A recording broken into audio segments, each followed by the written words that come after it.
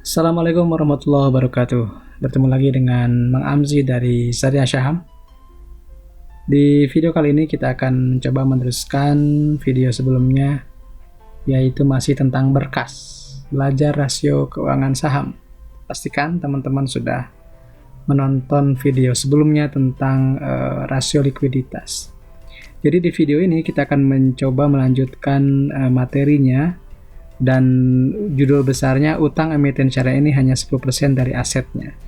Jadi di video ini kita akan belajar lebih dalam tentang rasio dari salah satu rasio dalam analisis fundamental yang kita kenal dengan solvency ratio atau rasio solvabilitas. Seperti biasa, terima kasih sudah subscribe, like, dan komen di channel ini. Semoga bermanfaat. Terima kasih sudah follow Syariah Saham dan Mang_Amsi di Instagram juga.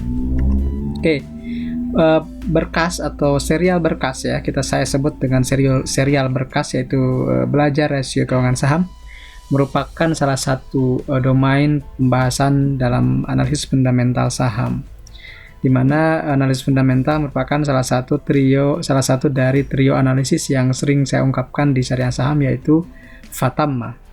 Ya, jadi fundamental analysis, technical analysis, dan money management. Nah, sebagai langkah awal kita belajar fundamental analysis atau FA. Nah, di FA ini yang paling mudah adalah belajar tentang rasio keuangan dulu. Kenapa? Karena ini yang paling bisa kita hitung secara sederhana.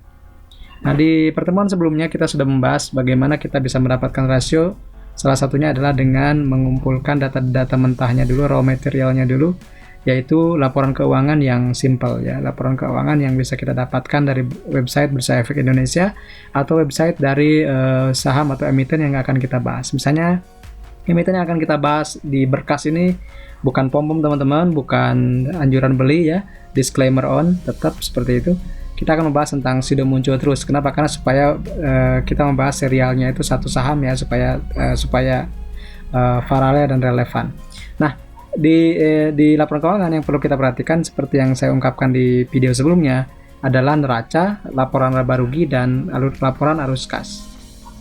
Nah, di pertemuan kemarin atau di pertemuan sebelumnya, di video sebelumnya kita membahas tentang rasio likuiditas. Jadi saya ulangi lagi ya, rasio keuangan adalah analisis di bidang manajemen keuangan yang merupakan alat ukur kondisi keuangan suatu perusahaan dalam periode tertentu. Jadi pertama ada waktunya, kemudian di situ juga membandingkan dua buah variabel yang diambil dari laporan keuangan perusahaan, baik daftar neraca, laba rugi, atau arus kas. Nah, secara umum rasio keuangan saham itu terbagi menjadi 4 ya. Pertama adalah likuiditas yang sudah kita bahas di video sebelumnya. Sekarang yang kita bahas solvency, kemudian activity, dan profitability, atau likuiditas, solvabilitas, aktivitas, dan profitabilitas. Nah, di pertemuan kita kali ini kita akan membahas tentang solvency. Apa itu solvency ratio? Rasio solvabilitas adalah rasio yang menunjukkan kemampuan perusahaan dalam memenuhi segala beban atau liabilitas atau kewajiban atau utang, ya istilahnya apapun silakan, baik jangka pendek yang di bawah 1 tahun maupun jangka panjang ya, jika perusahaan nanti ada likuidasi. Jadi solvabilitas itu bagaimana perusahaan tersebut bisa memenuhi segala utangnya atau bisa membayar, menyelesaikan seluruh utangnya. Dalam kajian solvabilitas biasanya yang paling terkenal adalah 2 rasio, yaitu DAR dan DER, debt to asset ratio, debt to asset ratio, dan debt to equity ratio. Kita akan mulai dengan DAR. DAR atau debt to asset ratio adalah rasio yang digunakan untuk mengukur persentase besarnya dana yang berasal dari utang. Nah, utang yang dimaksud di sini adalah semua utang yang dimiliki perusahaan, baik yang sifatnya jangka pendek maupun yang sifatnya jangka panjang. Cara menghitungnya adalah dengan membagi total utang dibagi dengan total aset. Sebagai contoh, saya berikan contoh dari Sido Muncul ini. Dari kuartal ketiga tahun 2020, liabilitasnya 395 miliar, sementara asetnya 3,69 triliun. Maka setelah dihitung, rasio debt to asset ratio-nya ada di sekitar 0,11 kali atau 11%. Artinya Sido Muncul ini memiliki utang di total itu hanya 11% dari total aset. Jadi sangat bisa memenuhi gitu ya, istilahnya gini, ketika sudah muncul ada yang meminta likuidasi atau bubar perusahaannya, maka asetnya ini masih bisa membayar utangnya karena utangnya hanya 11% dari total aset. Dijual hanya 1/10 atau 1/11 asetnya sudah lunas utang ke siapapun. Jadi Sido ini sangat solid untuk laporan keuangannya.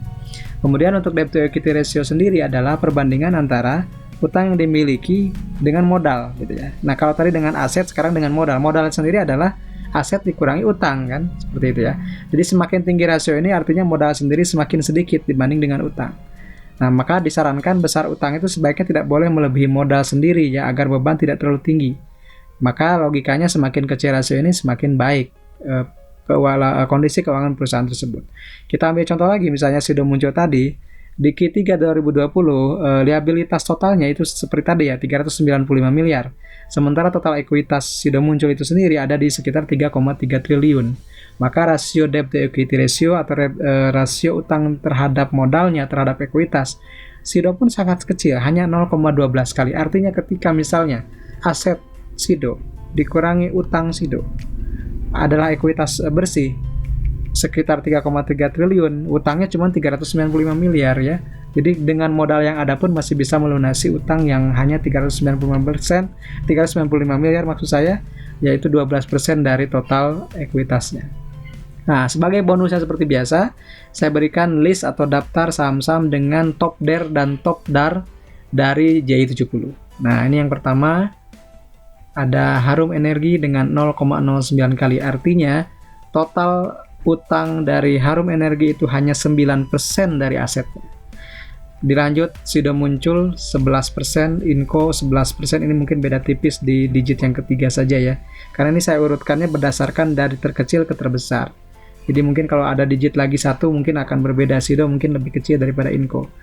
Mika 0,14 kali, INTP produsen semen 3 roda ya, 0,15 kali, Ultra Jaya 0,17 kali, Elsip 0,18 kali, Demas 0,19 kali, Surya Citra, SCTV, Indosiar dan kawan-kawannya 0,19 kali.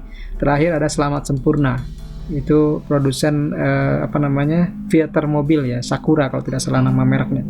Nah, kalau kita kaji dari sini gitu ya, kita juga bisa melihat sektornya ada batu bara, farmasi, nikel, rumah sakit, semen, makanan minuman, food and beverage, ini minuman, susu kemasan, kemudian perkebunan sawit, properti industri, kemudian ada media, dan terakhir ada otomotif. Kemudian tab DER untuk top 10-nya juga sama dengan yang tadi ya, ini sama persis gitu.